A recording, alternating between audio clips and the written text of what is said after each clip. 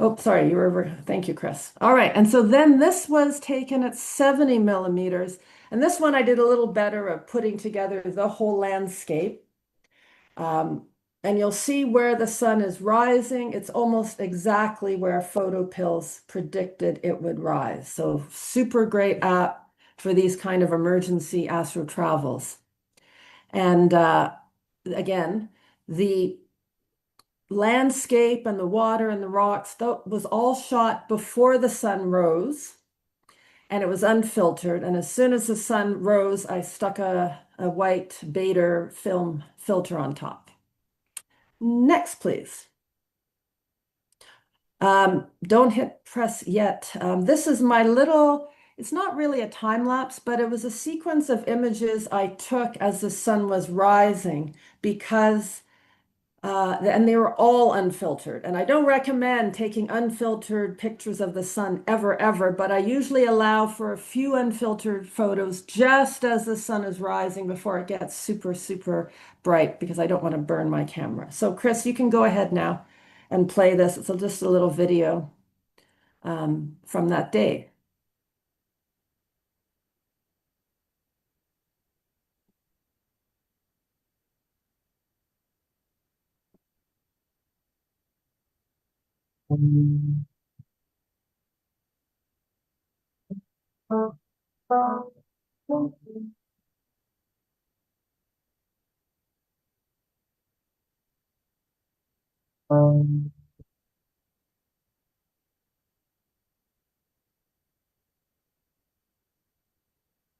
And of course, the prize capture of that set of exposures is to try to get the two little points of sun as they rose.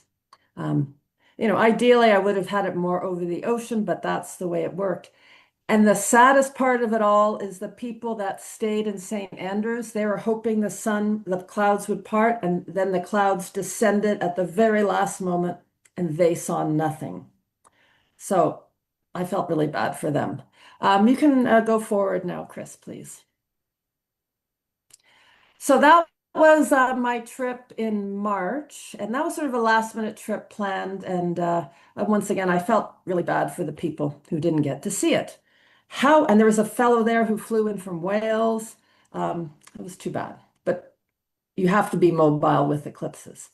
Then in May, I went on a different kind of trip, and I signed up on this trip kind of on a whim, not really knowing what I was doing, but off I went to Photopills Camp. It was supposed to be a 1 week photography camp in Spain. Next, please.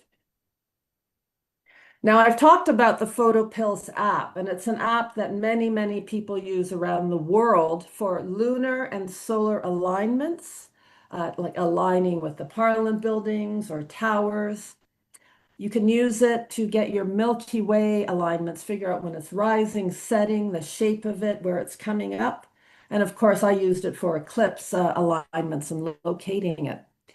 But somehow they have also turned into a travel company, and they organize all kinds of really incredible trips around the world to New Zealand, Namibia, Lofoten Islands, and they are photography trips, and they really incorporate the tourism and the photography, and obviously a lot of night photography as well, although not exclusively. Next, please. Uh, this was just a really pretty picture. It was our first day on the island of Menorca. Now, the founders of Photopills are from Menorca in Spain. So this is their home turf. From around the world, all descending on the island, we were broken up into 4 subgroups. But for me, the main goal of this was I wanted to improve my landscape photography skills so then I could match them up with the sky and I could do more astro landscaping. Um, and as well, there were some of the leaders, there were about 6 or 7 like amazing photographers from around the world. And that's kind of why I went. There were some people there that I knew, people I had heard of, and that's how I ended up on this crazy trip where literally we were up at dawn doing sunsets. We were up all night, sunrises, sunsets, and Milky Way. and then classes all day long. But it was very beautiful. Next, please. This is an astronomy image, and this is an example of how photopills tries to take you to incredible places and share some of the Menorcan history in your astronomy travels. This is an old military tower built to defend the coast of Menorca in the 1800s, really quite old. We were a bit on a cliff, as you might see, trying to catch the Milky Way rising. We didn't end up getting the whole Milky Way because it clouded over a bit, but this is Antares and the Rho Ophiuchi region just starting to rise over the hill. And it's a blend, obviously, of a landscape and the sky. So this was our first night shoot, and it was actually run by Rachel, whose last name I forget at the moment, but Rachel Jones, I think. She was the lady who runs all kinds of night photography courses in Banff. So she is an amazing nighttime photographer. And I knew her before because I'd been on her courses as well. Next, please.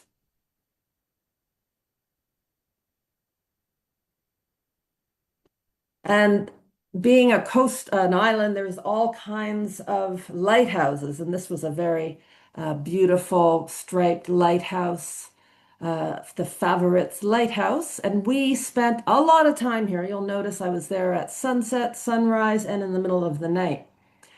So once again, they're training us to use our skills to get more of a landscape, what's it called? Focus stacking. And this was, of course, a sun flare, which was fun. And it was an alignment with the tower because Photopills does a lot of alignments. In the other photo, you'll see a tiny little crescent moon. And we were supposed to wait until the moon came and aligned with the lighthouse, but I got impatient because I had other plans and I ran off to start doing the night photography part. Next, please.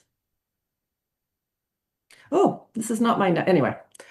This was another day, and this is one of the reasons I also went, is to learn how to do long exposure seascapes, where you do a long exposure and the water gets very smooth. And one of the Photopills leader was an excellent, excellent photographer at this specific technique. And basically, I would follow him around and just try to ask him as many questions as I could. Yeah, so this course was. It seemed like it's not an inexpensive course, but I think it might have been around $5,000 US. However, it included all your food, every single meal. We stayed in a really nice hotel in Menorca, so your accommodations were paid for, all your food paid for, all your transportation paid for, and all the instruction paid for. So it was like you just had to basically catch a plane there and they took care of everything. And it was pretty nice, like it wasn't on the cheapo as well. So yeah, this is just a sea stack. Next, I believe it was near an old fortress as well. So that was the historical link. This was a dawn shoot that we did. Again, that's the same lighthouse, but it was one of those very beautiful sunrises. So we learned how to expose for the sun, also expose for the dark rocks, do a longer exposure. We did a lot of work with filters to get that smooth water and lots of tips on composition. And like the photographers that led this program were simply like really incredible photographers. Next, please. And this was a sun alignment with the elephant rock. And I was really pleased with this. This is a rock that obviously looks like an elephant. And we did a lot of wide angle shots, and there's a lot of photopill shots that are done more wide angle. But another of the instructors on this trip was Jessica Rojas. And honestly, go look at her work on Instagram. She does nothing but sun silhouettes. And she gets people up on a hill riding motorcycles and playing the guitar in front of the setting sun silhouette. She does amazing work. So we had her on this day, and we worked to get this silhouette. And then after we shot the silhouette, we had to run sideways and we would catch the silhouette again. And just being with that person who knows how to do these silhouettes was an incredible experience. Next, please. This photo I keep changing because it never looks right. But this was a Milky Way. It was another night shooting night. I didn't have the best angle on this tomb, but this is a very, very ancient tomb that has all kinds of historical and cultural significance to the people in Menorca. And one of the things we did is we went and we had local meals and we had a lecture about this. It's called a navetta. It's an ancient, ancient tomb. So they really try to bring you to interesting places to do night photography. So that was kind of fun. And this is a composite, of course. I had to shoot the Milky Way with a tracker. I brought a little portable tracker. The Milky Way was shot at 35 millimeters, which needs a tracker. And then we had to do longer exposures of the tomb. And I'm going to say that is the other challenge when you're doing night photography in a group. There's a wide range of skill levels and a lot of people who don't know how to turn their flashlights off, who might be shining lights, ruining exposures. So you got to have a bit of patience and kind of go with the flow. It's not the easiest to do night photography unless you have a small group and a real, how do I put this, disciplined group with regard to lights. Like we usually have to say, okay, all lights have to be off, and otherwise you can't do night photography very well. Next, please, Chris. Here we are back at the lighthouse. So this is the reason I ran off from the moonshot is I wanted to do a panorama of the Milky Way over the lighthouse. But boy, apparently shooting the lighthouse is quite tricky because you have to do different segments for a panorama. And if you don't time it properly, the flare of your lighthouse is going to be out of sync. So they taught us that we had to count. We had to count every second so that our flares of the lighthouse would match when we came to merge our panorama. And this actually was a real quick pano I did as I was running back to the bus. As you can see, the bus, it's glowing there. I had wandered off and my friend and I, my roommate, actually, we were like one of the last ones back to the bus because most people got one shot and then they wanted to go home. And so they had to, so I kind of like this because it shows me trying to get back to the bus before they leave me behind, which they wouldn't have done. But next. Again, this was me trying again to do the panorama. I'm quite happy with this with the sky. The landscape looks a bit wacky, but I'm hoping, live and learn. If you don't go out and try, you don't know how to go home and put your panorama together. But the next shot I'm quite pleased with, Chris, because ultimately when I went, this was kind of the technique I wanted to master more, which was having a foreground that was in focus, and it's a focus stacking to get like all the landscape in focus, and then add your night sky. And so this was kind of the skill I hoped to learn on this trip.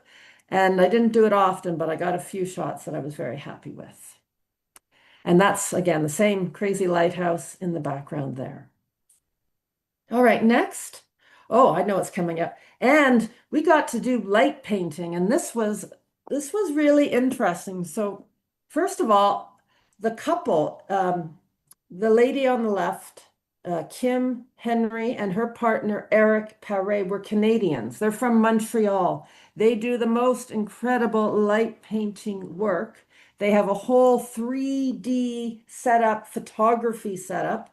It's crazy, but really lovely Canadians. And one night they were going to show us about light painting. And I really didn't know what I would think about this because normally when we go and do astronomy, we don't want lights at all. But this was kind of a fun experience. And these shots here are just practice. The next slide will show more of what they do and what we we're practicing later in the week. Next slide.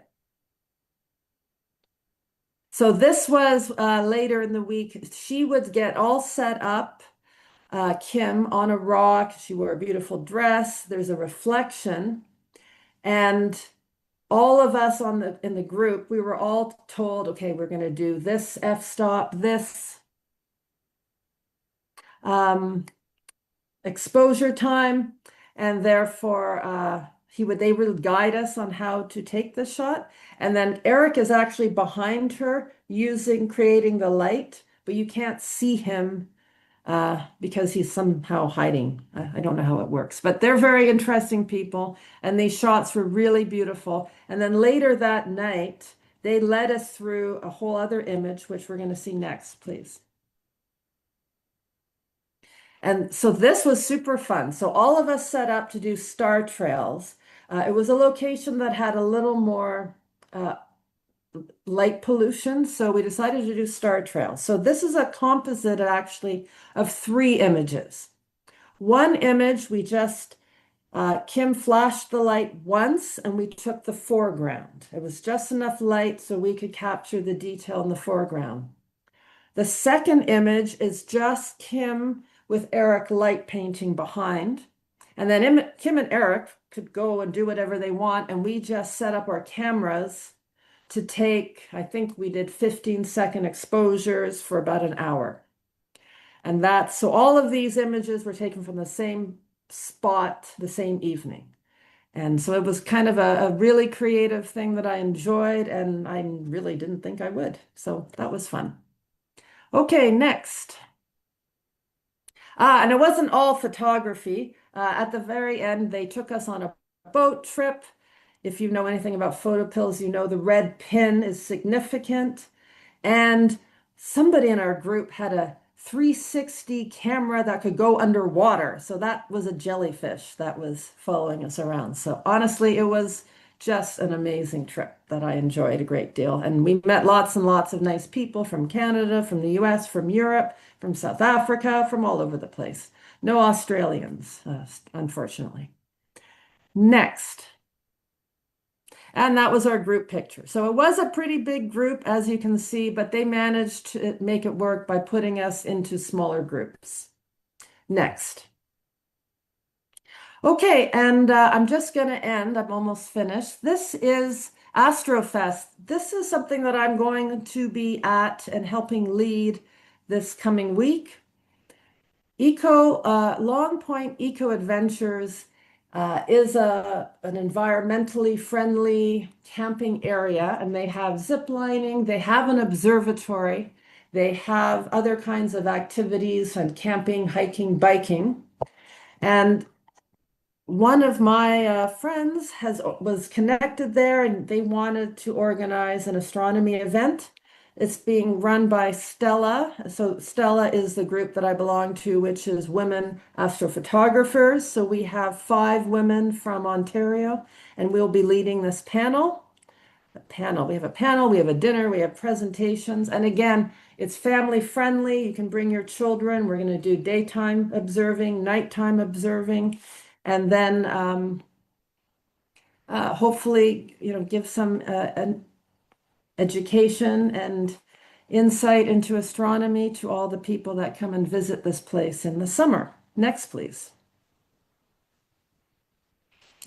And this is the team that's running it. We have sponsors, we have door prizes. It's going to be really fun. And if you know anybody who's in the Long Point area, or if you want to travel there, they actually have camping, sort of glamping huts and camping fancy tents. And you can stay overnight, which I think would be perfect if you want to go and stay up late, look at the stars, and then go to bed in a comfy bed. So that's what I'm doing later this week. And I think that's it. Happy travels.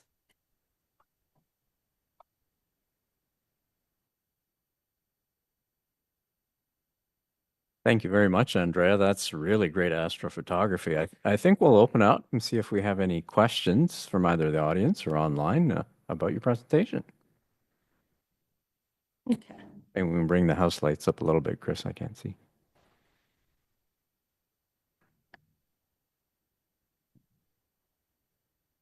Any questions in the room? How long was the trip to Mallorca, Andrea?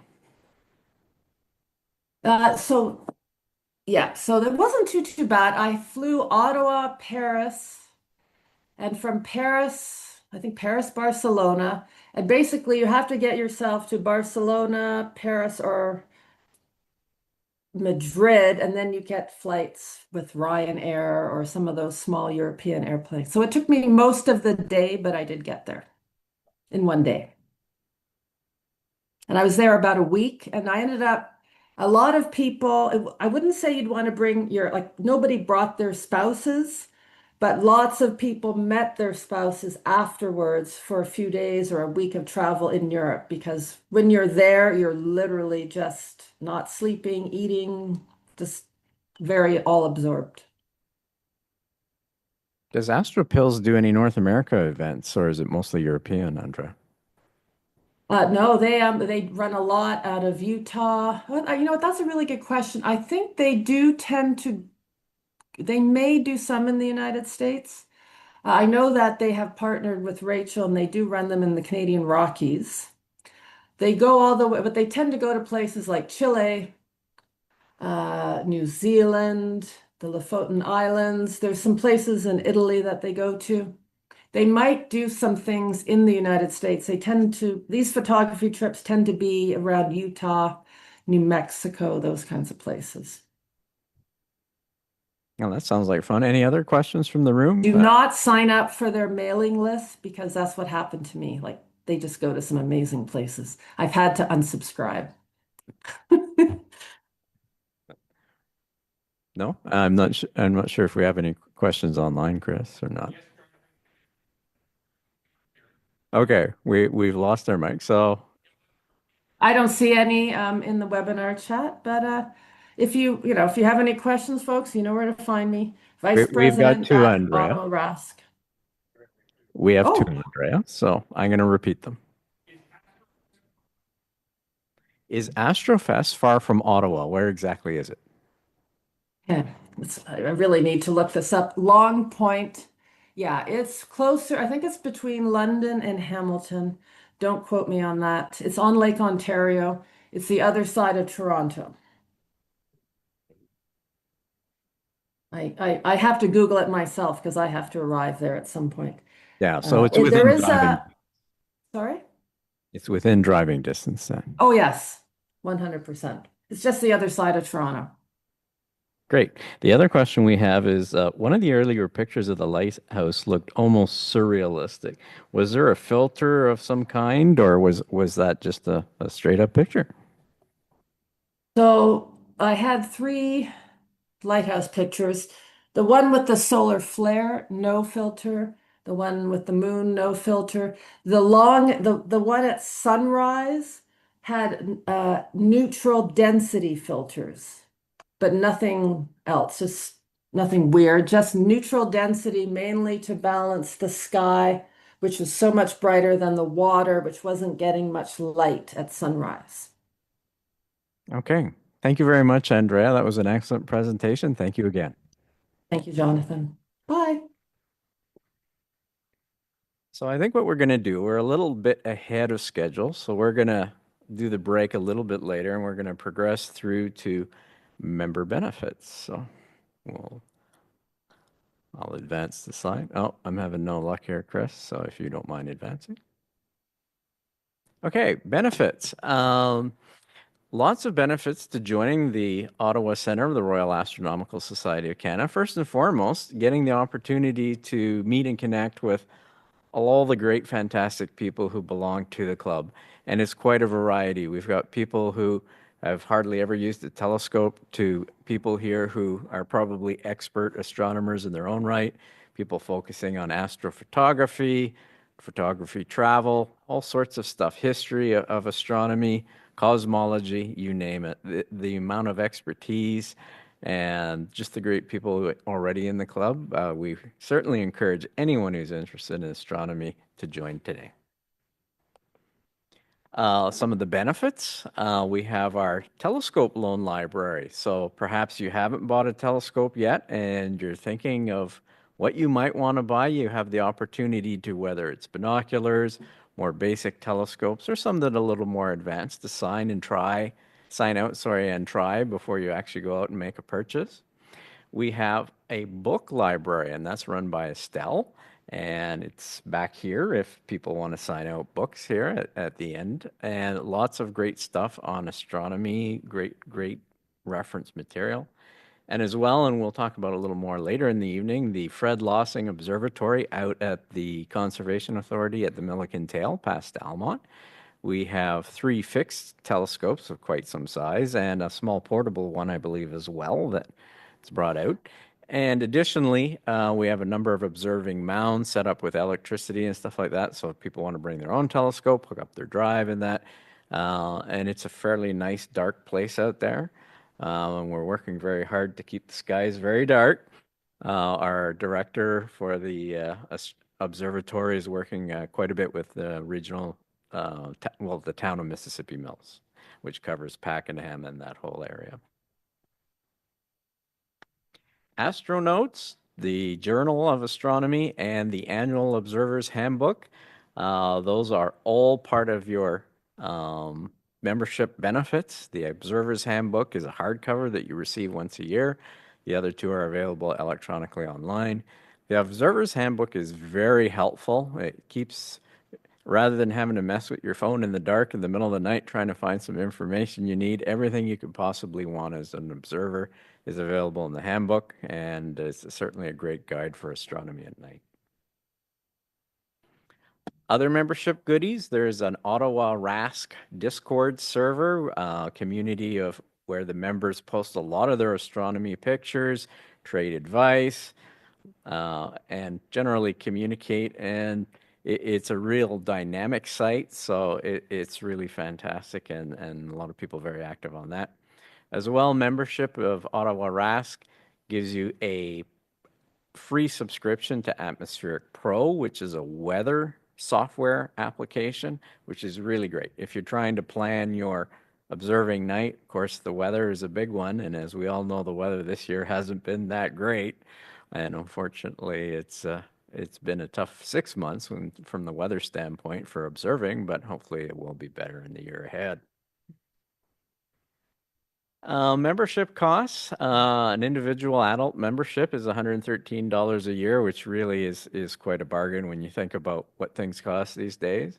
If you're looking at a family membership, the base price is $107.50 a year, plus $15 for each adult in the family and $9 for each youth in the family. And a youth or student membership is $72.40 a year. So really a very inexpensive membership when you consider what some other activities cost in this day and age. All right, so what we're going to do before we get into Astro Bits is we're going to take a short break. What do you think, Paul, 10 or 15?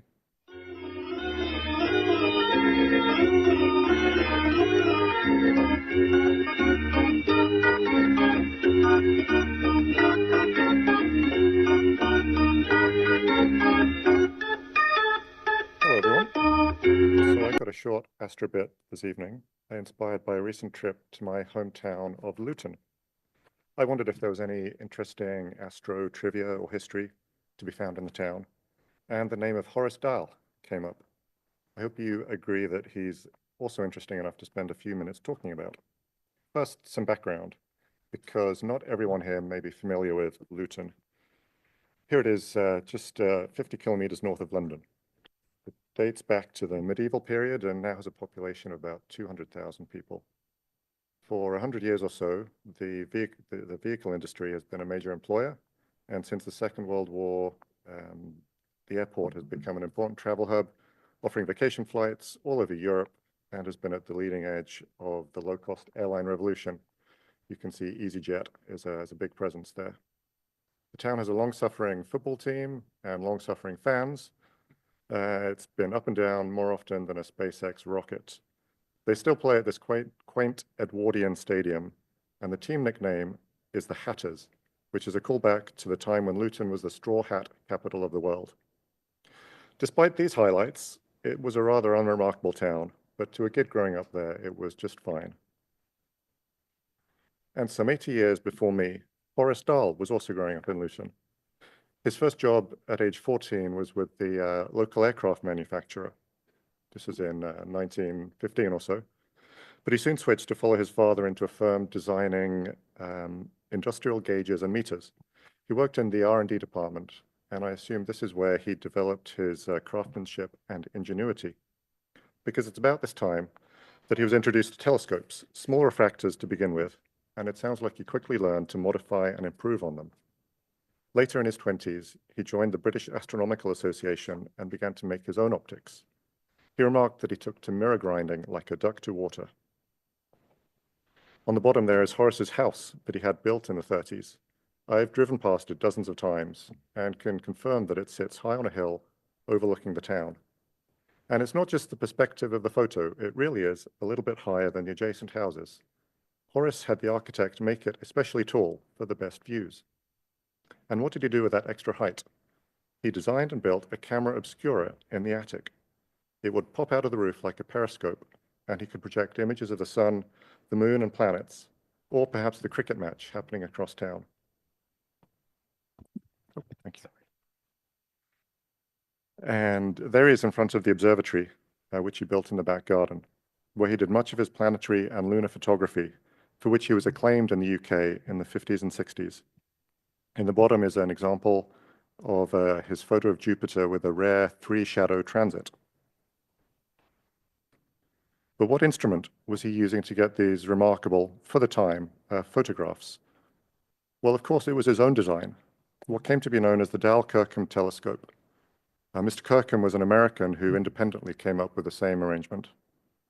So for a brief description of the optics, you start with a Cassegrain reflector, which had been around for 2 or 3 centuries, and that has a parabolic and hyperbolic mirrors.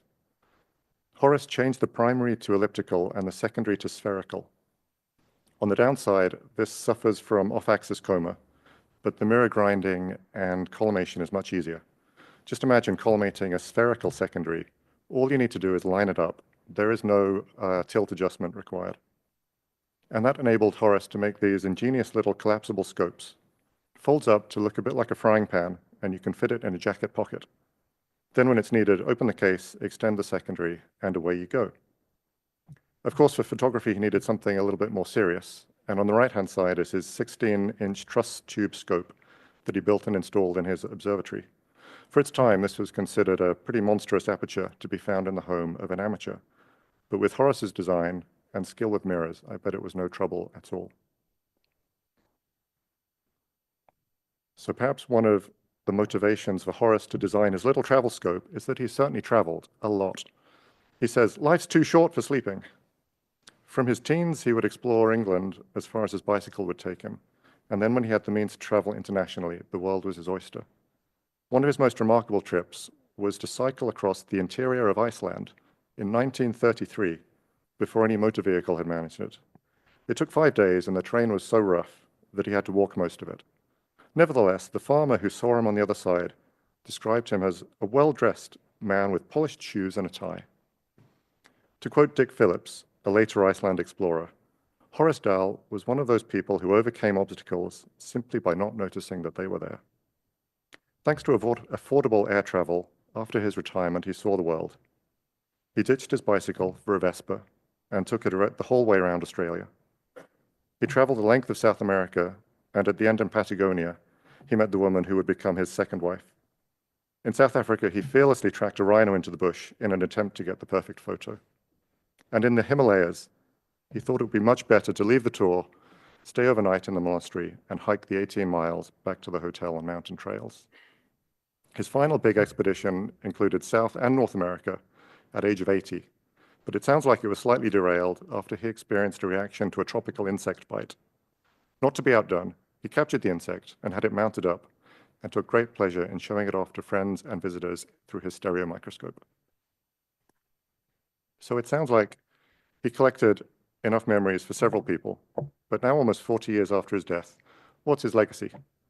Well, if you fancy a little bit of telescope porn, then maybe you've come across these plane wave telescopes. For a very reasonable 600,000 US, you can have this CDK 1000, a nice 1-meter aperture scope, including the mount. Or if your budget can only stretch to 18,000, then perhaps this CDK 14. Of course, the CDK stands for corrected Dall Kirkham. Put a correcting lens in front of the focal plane, and Horace's design is good enough for the very best professional scopes. I didn't talk too much about his work life, but he sounds quite ingenious and industrious. One invention that still bears his name today is the Dall tube. This is a little gadget for measuring the flow of fluid through a pipe, and it's more efficient and smaller than the alternatives. The British Astronomical Association honored him with an award in his name for a person who has shown marked ability in the making of astronomical instruments. Quite appropriate, I think. And finally, if you consider that if you're perusing a list of telescope designs, you'll find Horace's name alongside such greats as Isaac Newton and William Herschel. Not too bad for a boy from Luton. That's it. There are 2 or 3 articles there that go into a little bit more detail. If you have a bit of time, then I recommend the Vimeo video. It shows a very sprightly 80-year-old Horace giving a tour around his house and sharing some of his stories. It's a little window into a very interesting life and a different time. Thank you.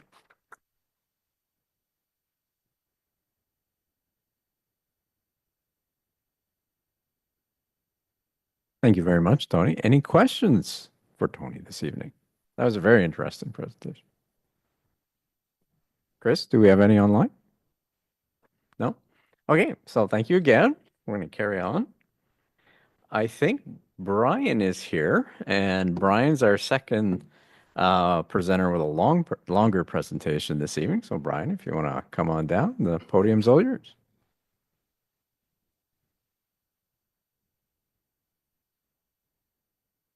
Let's go forward. Below that, let's go back. Okay, great. Thanks. Thank you. Well, good evening, everybody. I'm glad to be here. Don't mind me, I'll wear my hat because we're talking Australia. This is my genuine Jackaroo hat from Australia. I bought it in an op shop. So that's what they call their thrift stores, opportunity shops down in Australia. All right. So my wife Bridget and I decided to take a trip down to Australia, starting in Brisbane.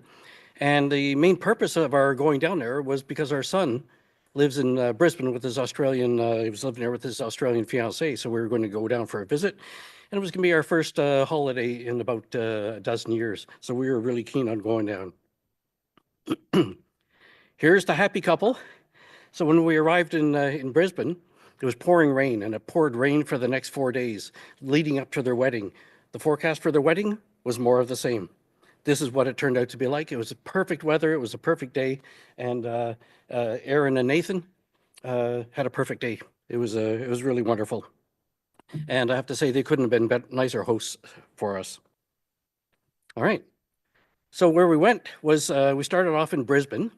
And after the wedding, then Bridget and I went farther north up through Queensland. We took the Queensland Rail system going up north, stopping at a couple of places, stopping in Harvey Bay, Airlie Beach, and then finally Cairns, which they, of course, they pronounce Cairns incorrectly to my way of thinking. But where we are in Queensland, Cairns is 17 degrees south of the equator. And the Tropic of Capricorn was about 23.5 degrees, 24 degrees south. And the Tropic of Capricorn is the same as the Tropic of Cancer, except in the southern hemisphere. And it's the farthest point south where the sun will pass directly overhead on the December solstice. And in the northern hemisphere would be on the summer, our own summer solstice.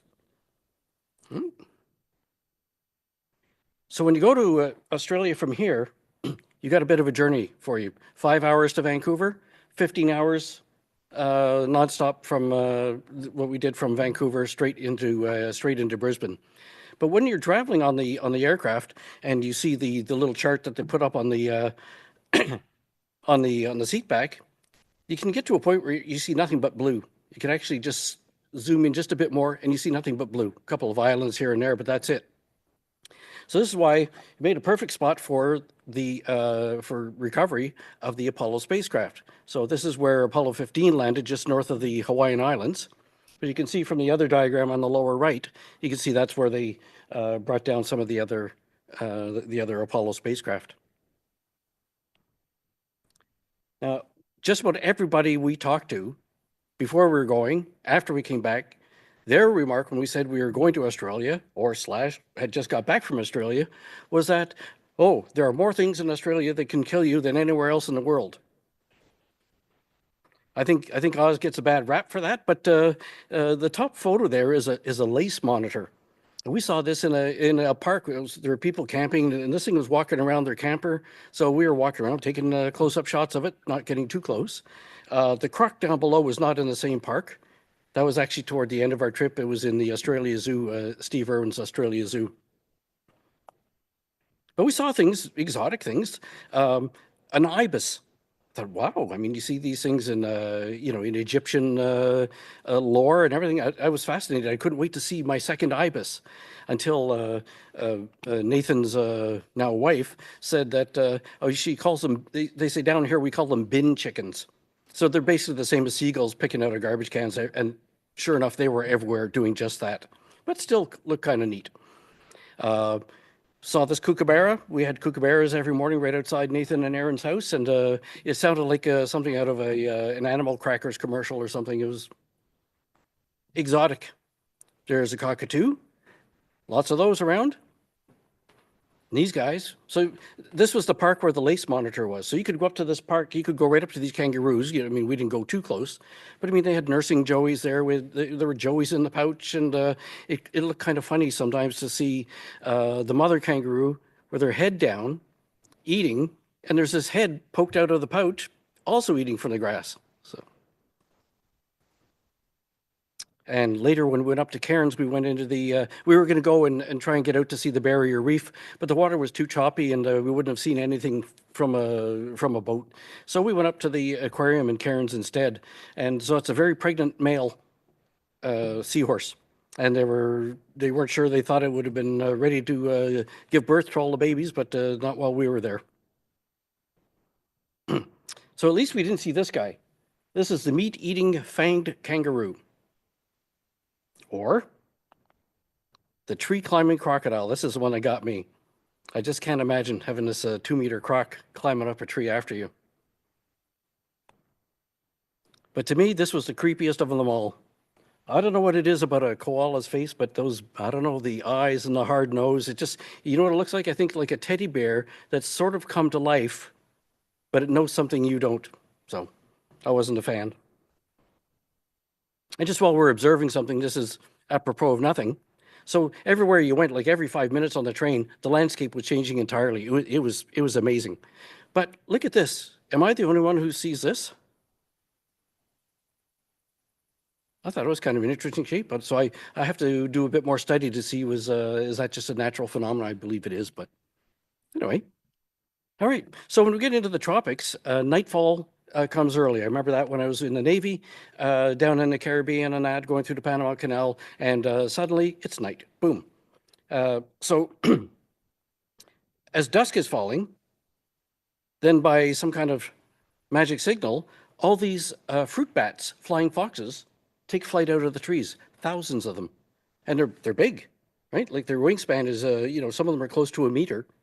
Wide. So you don't want one of these things hitting your windshield, that's for sure. But it was just like I say, a signal was going up, the bats came out, and it was a glorious sight to see. That was one of my favorite sights in Australia. So as anyone who really knows me, I'm useless at astrophotography, especially at night. But so that's a little bit of light from the moon in the background there. And if you see that palm tree, the tallest palm tree, and the frond going over to the left, just below it, there's a little dot. That's Mars.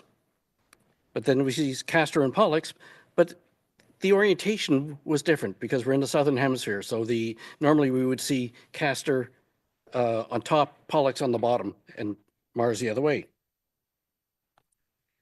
So I was keen to see some of the southern sky while we were down there. I was looking forward to seeing the Magellanic Clouds. We never did see them because it was raining for the first bunch of days, and then after that it was a lot of cloud in the evening. We just really didn't get a good opportunity to see that. But we had a couple of clear opportunities, I'll say, but the Magellanic Clouds were too lost in the trees and that, so we couldn't see them. But when we're looking toward the southern pole, we're looking at the Southern Cross. On the left there, we could see the Eta Carinae Nebula, and over on the right, down at the right there, circled, we could see Orion, which was upside down. So when we were walking around, I mean, we see things like this. I was looking at this section of the sky with binoculars, and it was just nice. I didn't go down there with the idea of making it an astronomical trip, but I wanted that to be part of it too. So what I could get, we could get, and that was fine. But what was interesting was that I really wanted to see a lunation. So we were just starting with the new moon, the first phases of the moon, and what I really wanted to see was everything coming up the wrong way in the sky. So where we live up in the northern hemisphere, when we see the sun and moon, they're mainly going over the equator, you could say. All right, they're in line with the equator. So we look south to the equator. If you're looking south to the equator, then in a sense, east is on your left, west is to your right, and we're used to seeing the sun come up on our left, go highest in the south, and set to the right in the west. So if you go to the southern hemisphere, you want to go look back to the equator, you're looking up from the south, you're looking north to see the same thing. So now, east is still east in the same direction, but now the apparent motion, you're seeing the sun and the moon coming up from the right and setting to the left. And it's a really strange thing to see. You could look at that and you say, what's wrong with this picture? But I was looking forward to that. We actually stopped and talked to a lot of people as we're walking along the pathways and that to explain how this worked. And sometimes, use anything for a prop. So I would use my belly sometimes to say, okay, if you're in the northern equator here, right, here's the view. And there were people from England that we talked to, and they had no idea that they were seeing a different sky. We talked to people from Australia, right from different parts of Australia who were visiting some of the little resort areas where we were. And it's the same thing. Not everybody knows. So what we do with our Sidewalk astronomy, whether it's doing a program at CARP or if we're doing something at a museum here, every opportunity is a chance to just open somebody's eyes a little bit more to, oh, I never realized that. And you're turning them on to something entirely new. So here's the way the moon was coming up. So I had to catch it in a bit later phase because of the cloudy skies. So on the left, so this is a little model of the moon, a lit up model. So this is the way we normally see the face of the moon. And you can see the Sea of Tranquility, Sea of Serenity, Sea of Tranquility, and the Sea of Crises, Mare Crisium, over on the far right on that left-hand image, the little round Mare. In the right-hand image, not only is it the other way around, it's upside down. That's the view we get. So now this is what I was seeing, right? So this is the view, because we're looking south to the equator. Here we're looking north to the equator. So I took a series of photos from our hotel in Airlie Beach, and the moon was coming up, and the right-hand photo would be coming up from the right, going up, like up to the left. So going backwards through the sky, and the phases are a little bit different there, but I just matched them up so we could see the apparent motion. And if you go there, if you want to set up your scope or something, if you say, well, okay, maybe we'll get a bit of a dark sky if you want to set up a telescope. Australia, in Queensland, they've got the most beautiful beaches. The color of the water is to die for. Beautifully groomed beaches and virtually nobody on them. People are walking on the pathways. Or they're in the lagoons. So what they do is they put artificial water parks alongside a beautiful ocean. Of course, there's a reason why you don't go into the ocean there, because they've got warnings, right? Here's another shot of a beach with the moon. Actually, there's the moon in the center of the image there. All right. So you are in crocodile country. Now, when we were in Airlie Beach, the day we were leaving, the authorities had to capture a 4.5 meter crocodile because some fool had taken a dead pig carcass and tied it to the bottom of the boat ramp. So that attracted a croc. Now, what the signs will tell you and the museums tell you, a fed croc is a dead croc. So it either has to be euthanized or has to be rehomed, as they call it, because a crocodile will just then keep coming back to the same spot again and again and again.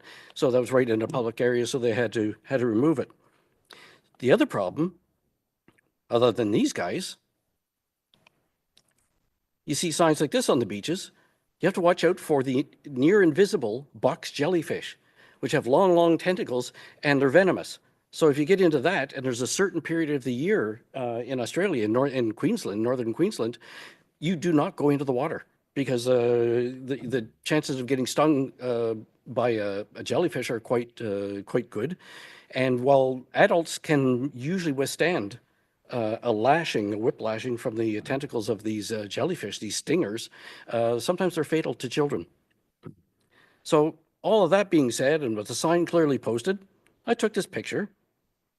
Oh, there's, okay, somebody lying on the beach. They tell you if you're going to be on the beach, stay about 50 meters up from the water's edge. Gives you time to outrun a croc, I think. But here's this guy, starts going into the water.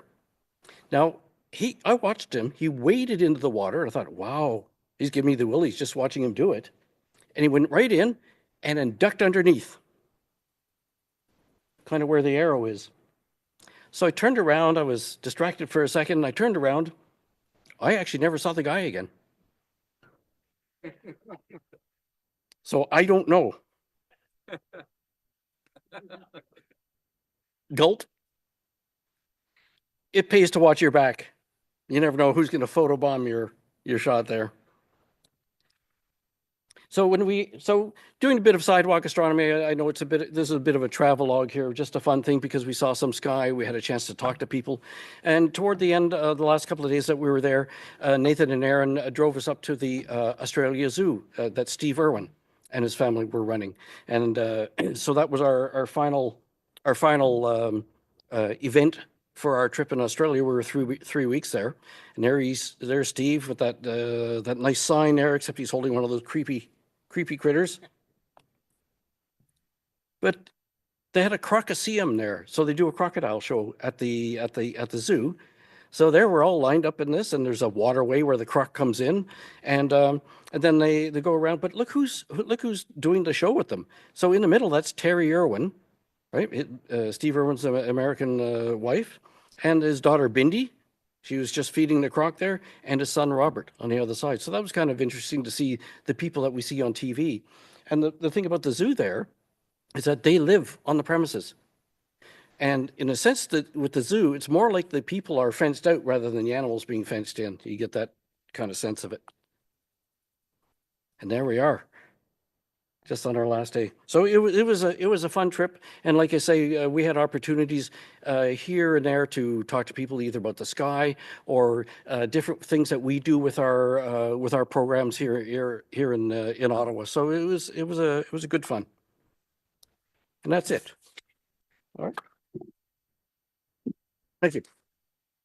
Any questions at all? Any crocodile questions? No? Okay, thank you. What's that?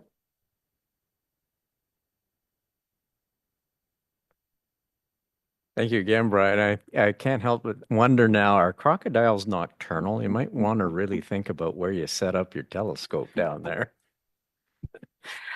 Any questions from the audience or online? Chris, any online?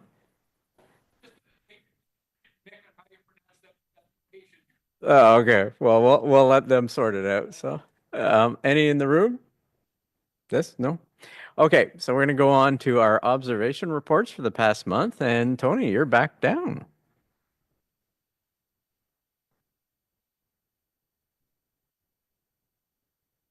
All right, back again. So I went through the monthly challenge, globular clusters, and I'll just run through them because they all look pretty similar. M13 is the Great Hercules cluster. It's one of the finest Northern Hemisphere clusters, and I got out to flow I think 3 weeks ago, for a very nice evening. I dusted off my Newtonian scope and did a quick collimation, and I got a few exposures. I think it came out quite nice. It's processed in PixInsight with all of the AI help that will give you. So that's M13. Over a little bit is M92, also in Hercules. What are the details? Let's see, these clusters are all about 100, 150 light years across, and between 300,000 and 500,000 stars in them, estimated. M92 is interesting because the precession of the Earth's axis will bring this round to be almost the pole star in about 14,000 years. And the last one on the list was NGC 6229. This is a little bit further away. But again, when you look at the sizes, they're all about the same actual size. But this was about, I think, twice as far away. No, 3 times as far away as the other two, which obviously makes it look a lot smaller. I'm just going to put this up briefly. I also did some sketching at the Star Master. It's interesting in that when you compare your sketch to the photo afterwards, what you thought looked so obvious, then suddenly you can't see any of the stars at all, or it doesn't seem to make any sense. Except this one, there's this kind of nice trapezium here, which you can see here, and here, with a cluster at the focus. So there, at least, I got a recognizable stars. Lastly, this was not on the observing challenge, but a little bit of a challenge nonetheless. This combination is known as the flying bat and squid. So in red, in hydrogen, you can see the flying bat. This is a sharpless emission nebula, which was found by Mr. Sharpless, maybe I think in the 1950s. The blue, which is the squid, which shows up in the oxygen filter, was only discovered in about 2011 by a French amateur called Nicolas Auters. That's why it gets the name OU4. It was his 4th nebula he discovered. It's a planetary nebula. Their best guess is that the 2 nebulas occupy the same space, which would make the squid approximately 50 light years long. So it's a pretty big squid.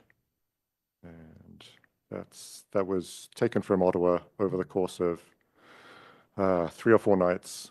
The squid is so faint that it literally doesn't show up in a single 10-minute exposure. It was only when it started stacking that you could make sense of it. Even so, that's about the limit of what my exposures and processing could make of it. But yeah, not too bad. Okay, that's it. Thanks.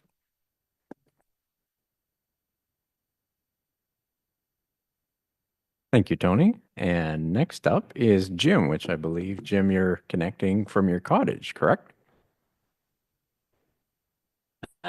That's correct. Can you hear me all right? We can hear you great. Excellent.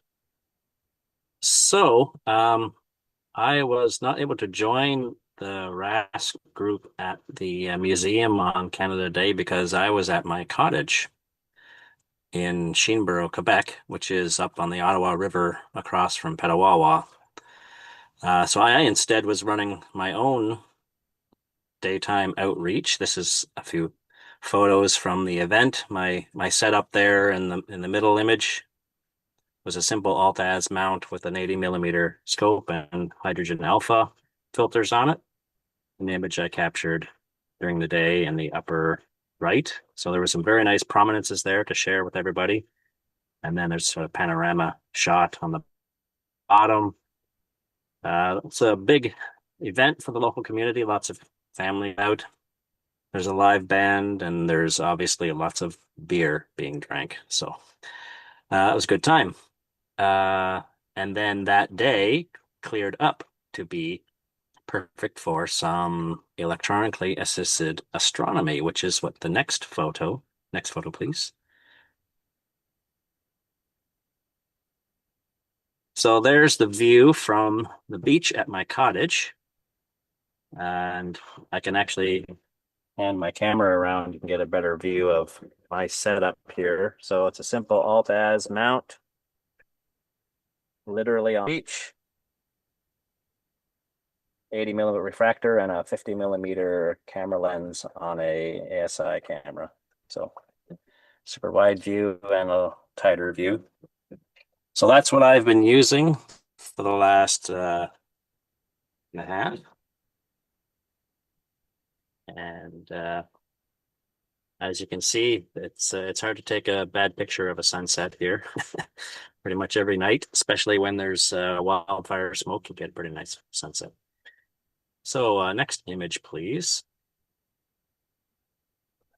So these are some examples taken from, there's two observing sessions that I've had since I've been up here on holiday, once on the 1st and another on the 3rd.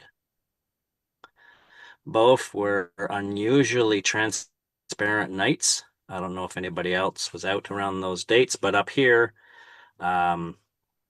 transparency was very good. Humidity was extremely low, so they were excellent nights. And they allowed me to see some of the best views of objects in the deep southern Milky Way from our location here at These are 4 of some of my favorite captures. The Prawn Nebula, which is way down close to the horizon. The upper right is the Cat's Paw, which is one of the few nebulae that actually looks like the name. Looks actually like a cat's paw. Lower left is the Lobster Nebula, which is quite close to the Cat's Paw. And then it's kind of hard to make out, but the cluster that's in the middle of the image in the lower right is M6, Messier 6, the butterfly cluster. And if you kind of tilt your head and see the 2 wings of a butterfly outlined by the stars in the cluster. So to give you an idea just how low in the sky I was, we'll go to the next image, please.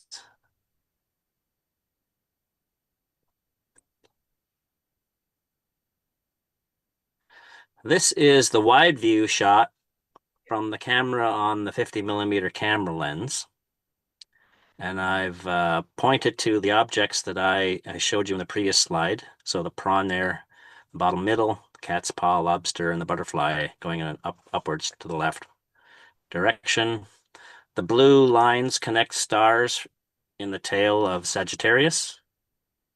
And the lowest object that I could really make out at all was Eta Scorpio, or Scorpii, at just over a degree above the horizon.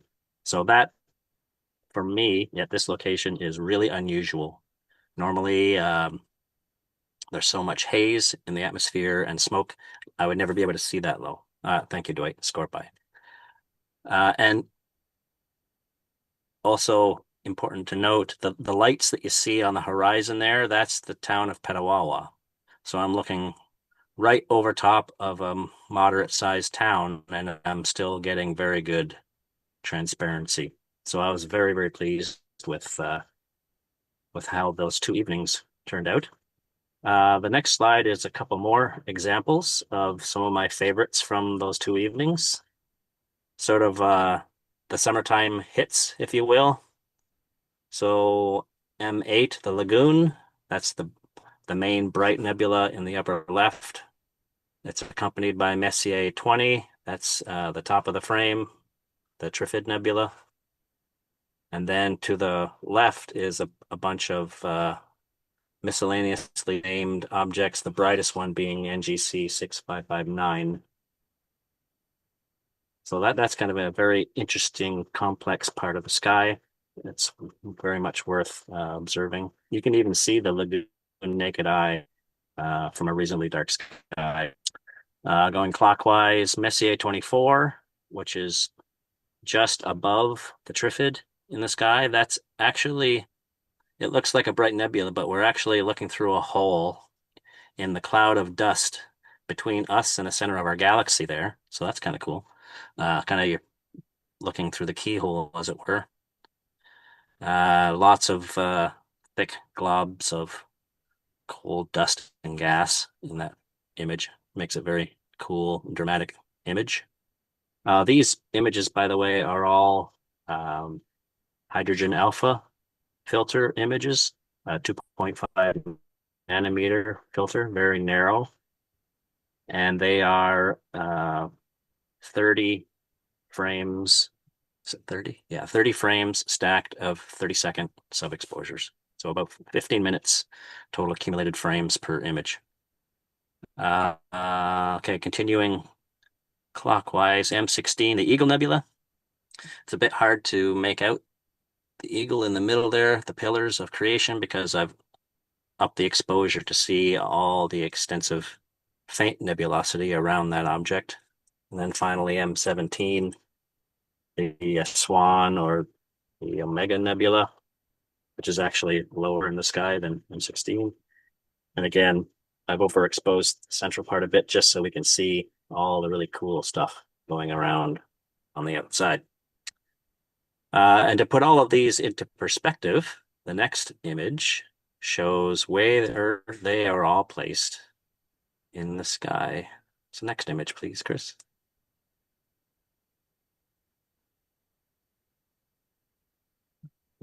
I just get a blank. Oh, there it is. So there we are. There's the lagoon there at the bottom. And about in the middle of the frame is M24. And then the next bright thing we see going upwards is M17, and then followed by M16.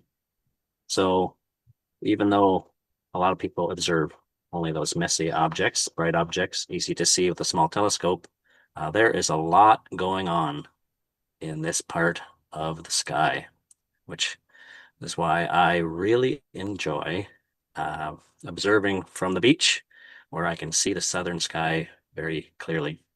Anyway, that's it from me, the Beach Bum Observatory. I'll catch you all next month.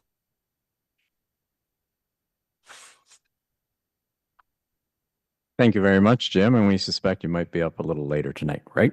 So, okay, Yeah, I'm moving set on. up, ready to go here. Yeah. Good stuff.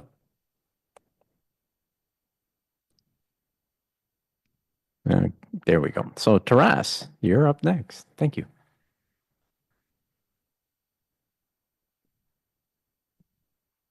Good evening, everyone. I have a couple of pictures to start with. This one, which is M81 and M82 and M82 Cigar Galaxy and Bose Galaxy, which I took from North Frontenac Dark Sky Preserve at around end of May. So why this is a bit special, because it's my one of the first experiments with a narrowband imaging, and I used a combination of hydrogen alpha plus oxygen data, and to balance the colors for the stars, I used green filter as well. So hydrogen alpha was used for red color, for red channel. Oxygen went into blue, and green I added to balance the picture. These two objects are known for being our relatively close neighbors. They're in the same cluster of galaxies in our neighborhood. So the the Cigar Galaxy, for instance, is 11 million light years away from us, which is still considered to be our neighborhood. And I like how the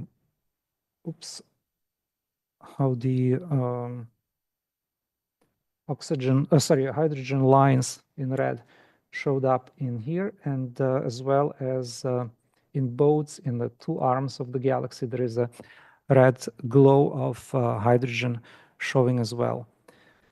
The next image is the Dumbbell Nebula. Everyone probably knows that it's really bright object, about magnitude 7.5. You can easily see it even with binoculars, and it's about 1,300 light years away from us, which is much closer, obviously, than the galaxies. But what's prominent about it is that it's typical example of star exploding and shedding its outer layers. There's this tiny little white dwarf right in the middle, and the red color corresponds again to the hydrogen, while the bluish glow comes from the oxygen. Same as with the previous picture, I used green channel separately to counter for the color balance for the stars. And what I'm kind of proud of is that this was taken from my backyard next to bright pole with a lamp, probably as far as from me to pole. So the narrowband filters did help, and especially the fact that it showed the image showed, a little bit of shock waves from the explosion, which you can see a little bit here and there. And if I were to increase or stretch the image histograms, there's a little bit here on the sides as well, but they don't usually, you have to go for longer exposures. However, this was less than 2-hour exposure altogether. Next slide. So the planets, this also was taken the same night when I took the 2 galaxies from North Frontenac around 3 a.m. It was already getting quite bright. So around this time, Saturn is rising. It's quite high around 3 o'clock. And the only problem is that both Saturn and Venus, by the way, is rising much later, so it was still lower above the horizon, but both of them have this glow around them, which you can see clearly on this screen, but it comes from the low transparency. In the morning, there was already fog coming in, and the images were kind of blurred with the glow of light around where the background should be really bright. Black. What is special about this Saturn image is you see the rings are actually dark. And it's not just my pictures. I checked a few of them from other photographers online, and that's what they look like now these days. I could barely see them actually through the telescope. And the reason for that, I had to go to stellarium and see what's going on. So the stellarium actually shows, this is the ground level. The Saturn was around this altitude that night, and the direction of sunlight comes this way to Saturn. And this is the view of observer, not through the telescope, but by someone who would observe it from the ground. So stellarium has this feature that you can zoom in the object much closer and see the details, which I did. And I tried to preserve this green line showing the direction of sunlight while zooming in. And as you see that the direction of the light is such that this top part of rings is illuminated, while the bottom part remains in the shadow. And this is the part which we saw in the image like this. The only difference that the camera was under this angle. And so right now, the rings are quite dark. I didn't have a chance to check for how long it's going to be, but instead I checked what's going to be happening next with them. And apparently, this angle, if you think of a z-coordinate towards us, and the angle under which the rings are facing us, they're getting even flatter with every next week now, and almost disappear again in around October, like last weeks of October of this year. What's interesting is that this time, unlike in March, when they were almost disappeared, this time this planet will be on the opposite side of the sun. So we'll be able to see that in the middle of the night quite clearly, and the planet is going to be quite high. It's going to be interesting to see how the rings would look like that night. Thank you.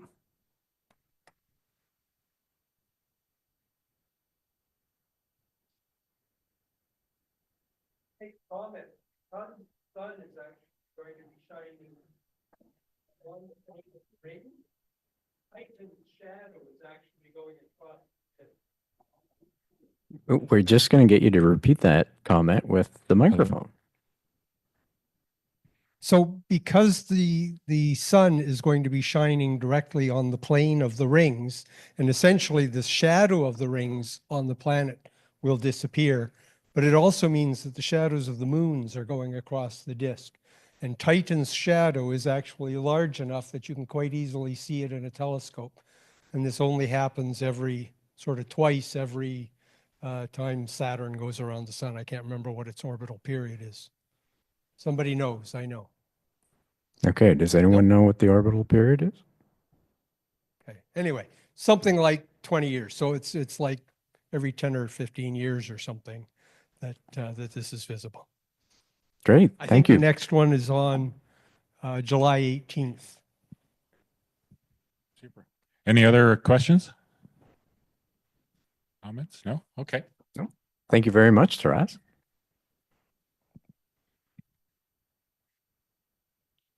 All right, next up we should have Paul. You're up.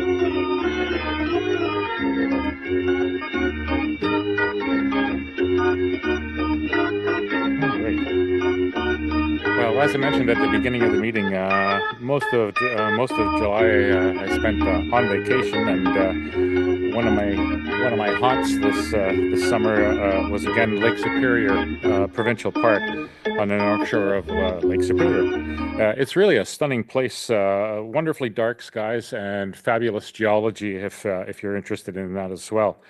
And in June, it was a great place to escape the heat dome that had moved over much of Ontario. I was fortunate to have some interesting evenings there, and just have a few images that I'd like to share from that. This is a daytime view of the water's edge beside my campsite up there. I show this to put the nighttime views that I'm about to show into a bit of context. As you can see, the site offers a wonderfully open view of over Lake Superior and the beach where I set up for astro imaging. And it wasn't exactly crowded. God love those shoulder seasons. All right, so daytime view that was taken from a point that's jutting out into the lake, as you'll see.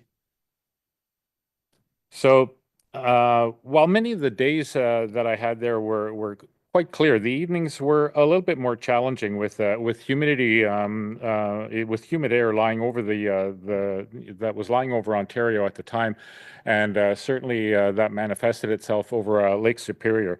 The nighttime views frequently sported fogs rolling onto the land from the lake, and as you can see here, you can see the fog bank off to the right hand side over Lake Superior.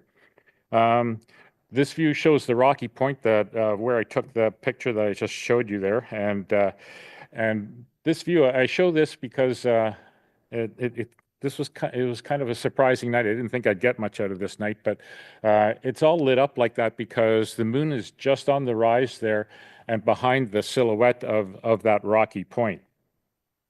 And I thought, when I first saw this, I thought, this is really going to limit my, what I might see in the night sky.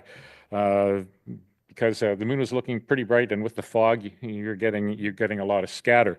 But I was in for a bit of a surprise. Oh, Chris, can I get you to roll that back one? And I think you have to click on the image to activate the video. There we go. So this is a 360-degree camera that I was using, and 180 degrees from where that moon was rising. I actually photographed something that I'd never seen or imaged before. I caught a moonbow, which really struck me there. I was looking over that and I thought, is that an aurora? Or no, that's not an aurora. It's the wrong shape. It's the wrong color. It's basically just white. And you can see the moon starting to light up the beach, sort of towards in that direction, certainly further away from me. And that persisted for about 10 or 15 minutes. I'd never seen one of those before, and I thought that was really cool. I watched this for a while and I thought, okay, well, that's, that was interesting. And, that made the night worthwhile. And I was getting ready to pack up, but then I noticed that the fog was starting to dissipate. And what I saw then was clouds moving in. The fog had almost lifted, but there were a roll of clouds coming in from Lake Superior. And at the horizon, right at the north, there was an aurora, which I hadn't seen, like 15 minutes previous. So that was a treat as well. Very unexpected there. I didn't think with that type bright of a moon up that I would see anything like that. So certainly made the night interesting. All right. The following night, same place, same location, different camera I was using. It was totally clear, and again, I had an auroral display, which was even better than the previous night, and there was no fog to limit the visibility out well into towards the lake. So yeah, I didn't have any internet or anything up there, so I wasn't getting any like updates on the potential for auroras. These were just fluky catches that I was able to make, which was a treat. All right. One of the other places I visited, and I'm just really going through these quickly. I didn't bring too many of my travel shots, but I also spent some time down in Killbear Provincial Park, which is near Parry Sound on the eastern shore of Georgian Bay. I hadn't been there in a long, long time, probably since high school, so a couple of years ago. And still a beautiful site, pretty dark up there. Not as dark as Lake Superior, but certainly nice skies. Again, Killbear is a very popular park, but in June it's a nice time to get up there. It's not too crowded or anything. And we had a beautiful site that gave me a vista out over the bay here. And as you can see, the Milky Way was quite prominent, and there was no moon in the sky. So nice deep views, nice for binocular. I was doing a lot of binocular stuff there, not concentrating too much on the imagery, and yeah, splendid views there. I think the light dome that you're seeing there down at the base of the Milky Way. I looked at the geometry of this, and I think that's actually generated from Midland and maybe Barrie, but those towns are on the order of 100 kilometers to the south there, so they're just kind of lighting up a little bit there. But yeah, the rest of the sky was beautifully dark. So it's been an interesting summer. I'm planning a few other trips to various parts. So hopefully we'll get some clear weather. And it was nice actually being in both of those locations because, as I said, there was a heat dome over Ontario at that time. And it was nice being by the water. The temperatures, certainly up by Lake Superior, were like on the order of 22, 23 degrees during the day when it was like 30 here in the Ottawa area. So it was I really lucked out with the weather. It was a good time to go. All right. So fast forward to 10 days ago. And on July 1st, it was announced that there's been a discovery of an object. This is the third known interstellar object to enter our solar system. You may recall from the meeting a couple of months ago that I did an astrobits piece on one of those objects, Oumuamua, which was the first one. That entered our system in 2017. That was followed about 2 years later by Comet Borisov, which I actually managed to image at that point in time. Oumuamua was, yeah, that was beyond my pay grade, certainly beyond my telescope's ability. But this object, yeah, it was announced July the 1st. This was discovered by the ATLAS system, which is the NASA's Asteroid Terrestrial Impact Last Alert System, ATLAS, easier to say. And it's about, as I say, this is July 1st. It's about 4.5 astronomical units away from the sun. So just inside the orbit of Jupiter and approaching really fast. And the reason we know this is interstellar is we've plotted the course and the trajectory and the speed, and it's coming in really hot, like 61 kilometers a second on a hyperbolic trajectory. So it's moving along. And unfortunately, it's right now it's actually in the stars, amongst the stars of the Milky Way, as you'll see in a second. So it's very faint. It's on the order of magnitude, plus 17.5 to plus 18. But so 4 days after it was discovered, after I learned about this, I thought, I wonder if it's possible to capture this at all, because it is very, very dim. The moon was certainly a factor, and or starting to be a factor, and the skies in the last week have been less than wonderful at my place there. In fact, the night that I shot what I'm about to show you is there was a lot of haze in the sky, and clouds intermittently moving through. So I did manage to capture this thing. And sorry, it's rather grainy there. As again, the seeing was terrible, and the sky was. Ordinarily, I wouldn't have done anything on this night, but I knew that the rest of the week, leading up until tonight, would be even worse as the moon got higher and higher, and we just had full moon, as Dave mentioned there. So I did manage to catch this little beastie at about magnitude, like I say, about plus 17.5. And how do I know it's that? Well, I did manage to catch a series of shots in between the thin clouds and the haze moving through. And I'll roll that one. You can see this is a series of 11 shots taken over a span of about almost an hour. And it's a good thing I did this, because as you can see, there's a lot of light blotches that look exactly like this little comet there. As I say, it's in a busy part of the Milky Way, and I'm surprised I managed to pick this off at all. So that's it, moving through about an hour's worth of sky, and then it clouded over on me. And basically, I was hoping to catch a smoother sequence there, but I had to settle for the 11 images that comprise this GIF file, because the rest of them in between were just, you couldn't see that particular blotch. It was just the seeing was terrible, or it was just too hazy. But it was enough to show the way. All right. And so for the eagle-eyed folks in the crowd, you may have noticed as you were watching this that there was something else moving in the sky at the same time, as is indicated here. And I didn't notice that object because it's probably a magnitude fainter than the comet itself. But it kind of took me aback, because when you see its motion, at first I thought, why does this comet have a companion moving in a parallel direction? Like, that just kind of freaked me out. I thought, is this like, did something fracture off this comet, or is it not a comet, and like, is it like an alien invasion and this is an armada coming through? I don't know. Anyway, it took me a bit aback, but then I thought, I got to solve this. And so I basically took all the 11 images and superimposed them into one frame, and realized that the paths, while similar, were not parallel. And obviously the speed of motion of that secondary object was slower than the comet itself. So relax, you don't have to worry about an armada coming through, at least not this time around.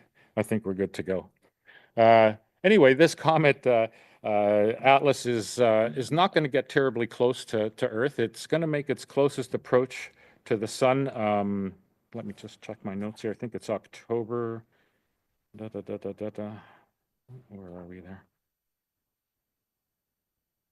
Yeah, it's in late October, and we'll see it we'll see it best here, which is actually not best, very good at all, in December, when it rounds the sun and is on its way out. But it's only expected to, from a point of view of Earth, it's only expected to reach a magnitude of plus 11 or so, which is substantially brighter than it is now, but still pretty faint for a comet.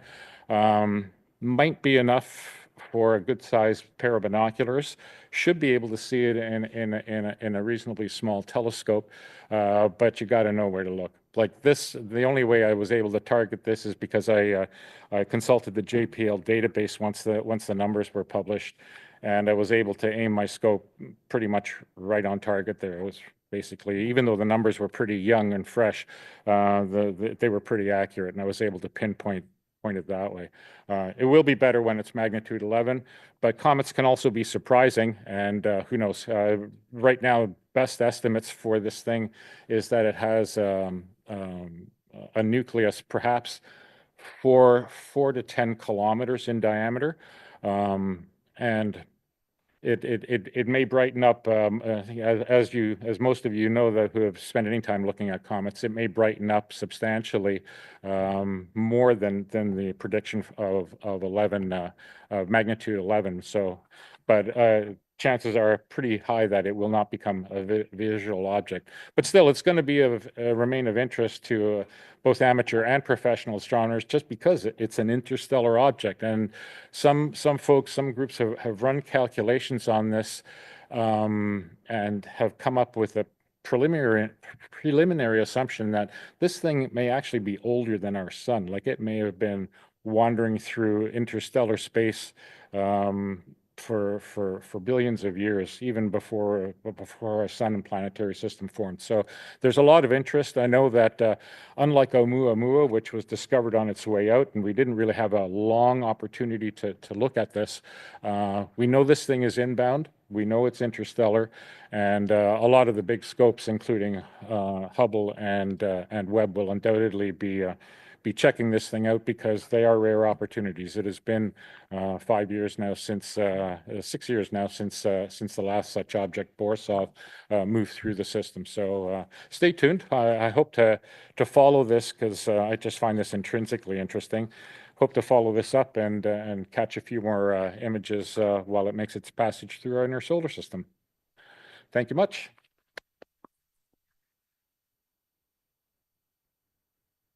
Oh, yes. I don't know. I don't know. I consulted some databases, but I think it needs a more an extensive search than I was able to do. My guess is that because of the way the comet is inbound and its height above the solar system's plane with respect to us, I get this feeling that this is an asteroid. It's an asteroid, and because we're kind of looking along the top of the asteroid belt, and this is where this thing is wandering through right now. Or it could conceivably be another comet, like a periodic comet that's a member of our solar system. I did not find data on it there, but it's something that I'm hoping to dig a little bit deeper into, just because I'm curious that, I mean, this is fairly high magnification on this image, and that object was only about 1.25 arc minutes away from the comet itself. So it was kind of coincidental that, you know, these two faint objects would be in this tight little field of view at the same time. But that would be my guess, either an asteroid or one of our own comets. Okay. Thank you, Paul. All right. And Richard.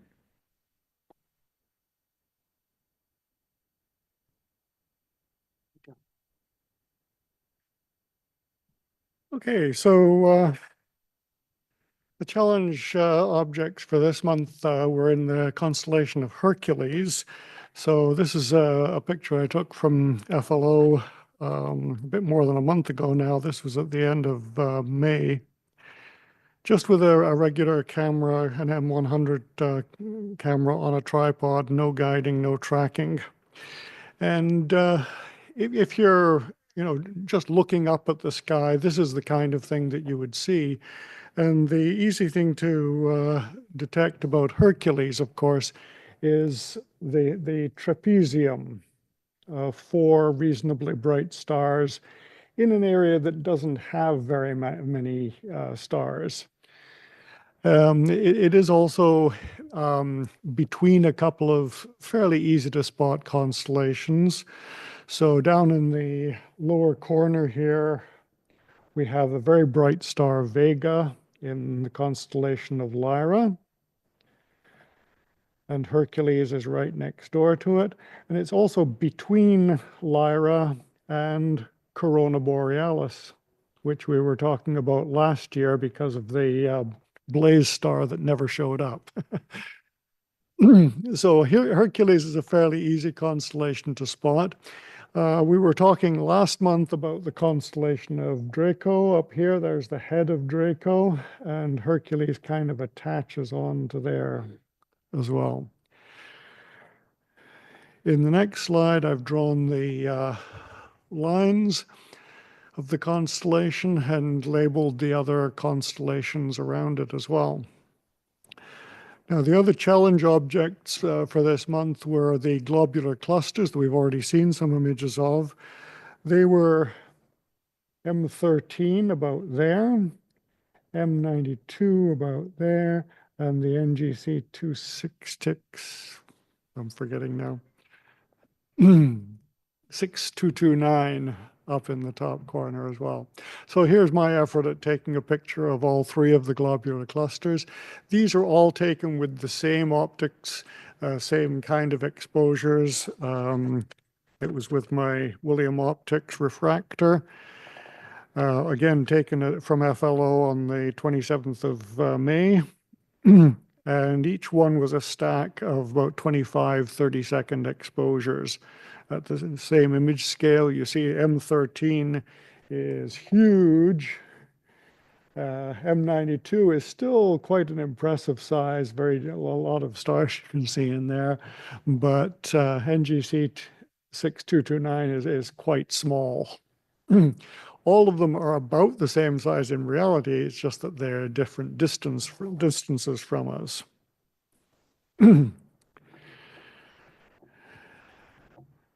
Now, the solar system challenge this month was Mars, and I was traveling in France for most of this month, so I had to make opportunities as I could find them. I didn't have much astronomical equipment with me. I just had my regular camera with a long zoom lens. So on the night of the 16th of June, I happened to be in Cluny, and that was when Mars was going to be making a lovely conjunction with Regulus. So I went out that night, and where I was in France, my location within the time zone, as well as the higher latitude, actually, were more like latitude 50, it did not get dark until very, very late. This was about 10:40 in the evening, and the sky was still blue. I could only see the very brightest stars. So I did spot Regulus, and I aimed the camera. And as I say, I didn't have my equipment along, so my tripod was a stone wall and my hat. But that was good enough, and I got this nice pairing of Regulus and Mars in the middle here. On the original photograph, I can actually see some of the sickle shape of Leo as well. And then later on in the month, on the 29th of June, I was in another location in France, and that was when Mars was supposed to be close to the moon. But again, being in a different geographical location, much farther east from here, and the moon was already setting behind some trees, Mars really wasn't very close to the moon at all at that location. Some other people did get pictures of it from Canada, and then Mars was more like there. So not a greatly impressive picture for this one. And then before we came home, we actually dropped off to see some relatives in Peacehaven on the south coast of England. And one of Peacehaven's claims to fame is that it's actually on the Greenwich Meridian. So they have this monument right there on the coast, and the line in the sand marking the position of the Greenwich Meridian. So there I am with 1 foot in each hemisphere.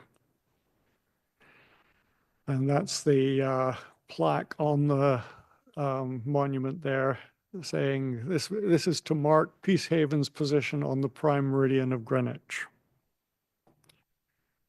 So there's my traveler's tale for the month.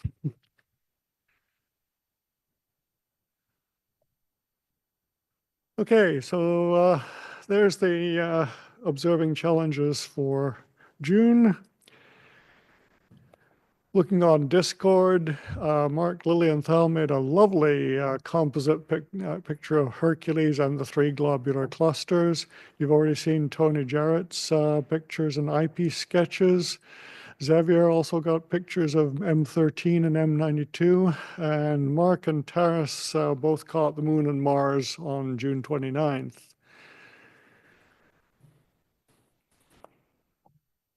So for July, look up, straight up, and Cygnus and the Milky Way are right overhead. Now, Cygnus is a pretty prominent and bright constellation, especially the tail of the swan, Deneb. That's one of the three stars in the summer triangle here, Vega, Altair, Deneb. So it's a fairly prominent set of stars that you'll be able to see on any dark night, even from the city. For Cygnus, again, the main part of Cygnus is something called the Northern Cross, which is here and here. But if you want to see the rest of the constellation, there's actually several more stars making up a much wider wingspan of the swan. The difficulty with Cygnus is if you go out to a darker place like FLO or out to cottage country and you look up, you'll see the Milky Way. And it can get actually quite difficult to see the constellation of Cygnus because there are so many other stars up there.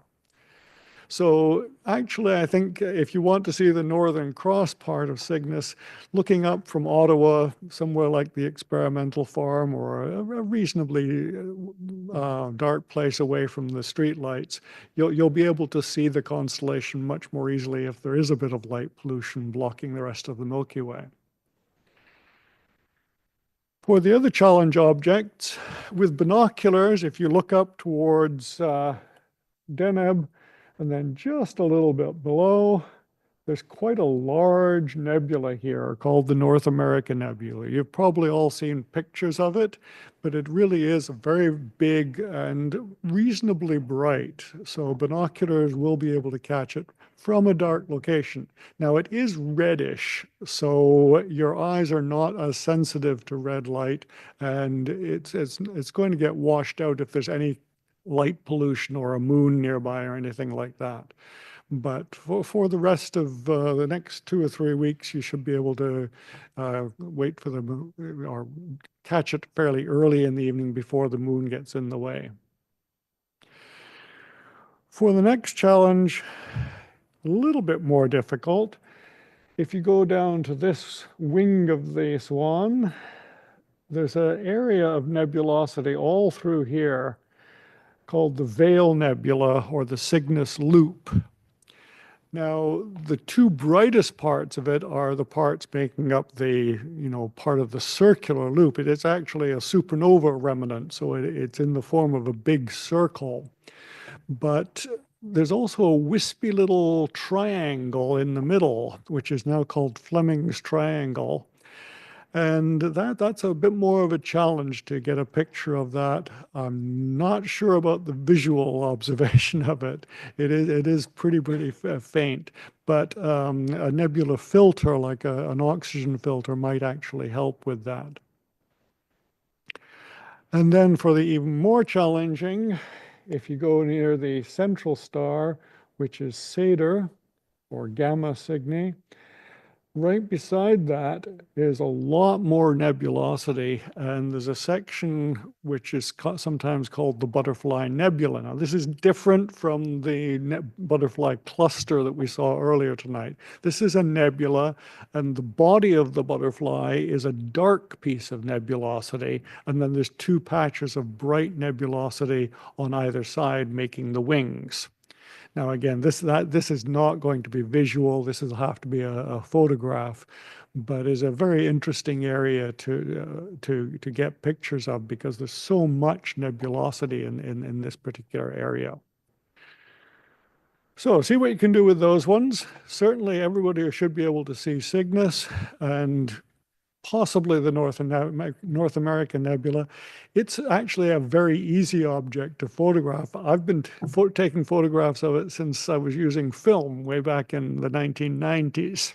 So it's not too difficult to get a picture of that. Probably any digital camera, cell phone camera would do these days because they are particularly sensitive to red light. For the Solar System Challenge, as Taras and Rick Wagner were talking about earlier, this is a particularly interesting time to take pictures of Saturn or take observations of Saturn because those rings are in a very, very unusual situation. And we also have this possibility of seeing shadow transits from Titan. And coincidentally, Saturn happens to be fairly close to Neptune at the moment. It's about 1 degree south of Neptune. So while you're in that neighborhood, shift over, take a look at Neptune as well. Do a comparison of them. Saturn is certainly very, very bright. Neptune is just at the edge of naked eye visibility.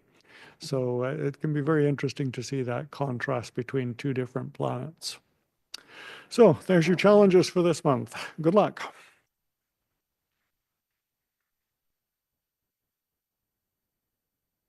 Thank you, Richard. All right, public star parties. So far this year, the weather has not been kind with our public star parties. Our one in May and last month was a washout, unfortunately, but the next one is next weekend, July 18th and 19th at the Carp Public Library, as usual. And I know Dipinder's looking for some volunteers, so if anyone is interested in helping out with the public star party, please reach out to Dipinder. Our primary date, of course, being the Friday, July the 18th, which, if the weather's bad on the Friday, we'll look to Saturday on the 19th. Timing 9 to 10:30, and of course, volunteers, he usually would like people to be there if they're volunteering around 7:30 to help set up. And there's a link there on how to party with the stars. We're looking for volunteers for it to bring their telescopes for traffic control and just general support. Always got some times here, 8 to 10:45. So you can reach out to Dipinder at starparties@ottawa.rasc.ca. All right, Fred Lossing Observatory. For those who aren't familiar with it, as a member, you have the ability to, for a small additional fee, to support the site there, to train on 1, 2, or 3 of these telescopes, and then to use them yourself. And they're really quite great telescopes. I've had the ability to train on one, haven't had a chance to use it yet, but we're getting there. And again, those are located at the Milliken Tail Conservation Area, just outside Almont towards Blickney. Our FLO star parties, which take place at the Fred Lossing Observatory. Our next one is on July 26th. Hopefully the mosquitoes have calmed down by then. It's been a bumper crop this year for the little flying guys, but hopefully they aren't too bad. We do have a mosquito suppression system there, which helps a bit. But for those who are interested, members of the club, we'll see you out there on July 26th. Estelle's book pick of the month, Solar Astronomy, Observing, Imaging, and Studying the Sun, which I know is a big thing for Jim Thompson. But if you're interested in finding out more about solar astronomy, this is a book for you. All right, club information. Our FLO director for the Fred Lossing Observatory, Rick Scholes. The book library is run by Estelle. The Telescope Equipment Loan Library by Peter Schut. Coffee and Conversation. We're still looking for a volunteer to handle the coffee side of things. So if you're interested, please reach out to any member of council. And RASC membership info, you can contact Art Fraser. Tonight, we've had 38 people here in attendance personally and 40 on Zoom for a total of 78 people here this evening. And our organizers and speakers, of course, our meeting chair Paul, myself, Dave Chisholm, Andrea, Tony, Brian, Jim Thompson, Horace, Richard, and Chris Terron up in the booth, making sure all these slides work well. And so a special thanks goes out to Chris because he's always behind the scenes and does a lot of heavy lifting to make these presentations work well. Any comments or ideas, please send them to meetingchair@ottawa.rasc.ca, which is Paul's email address, and which I support him on that.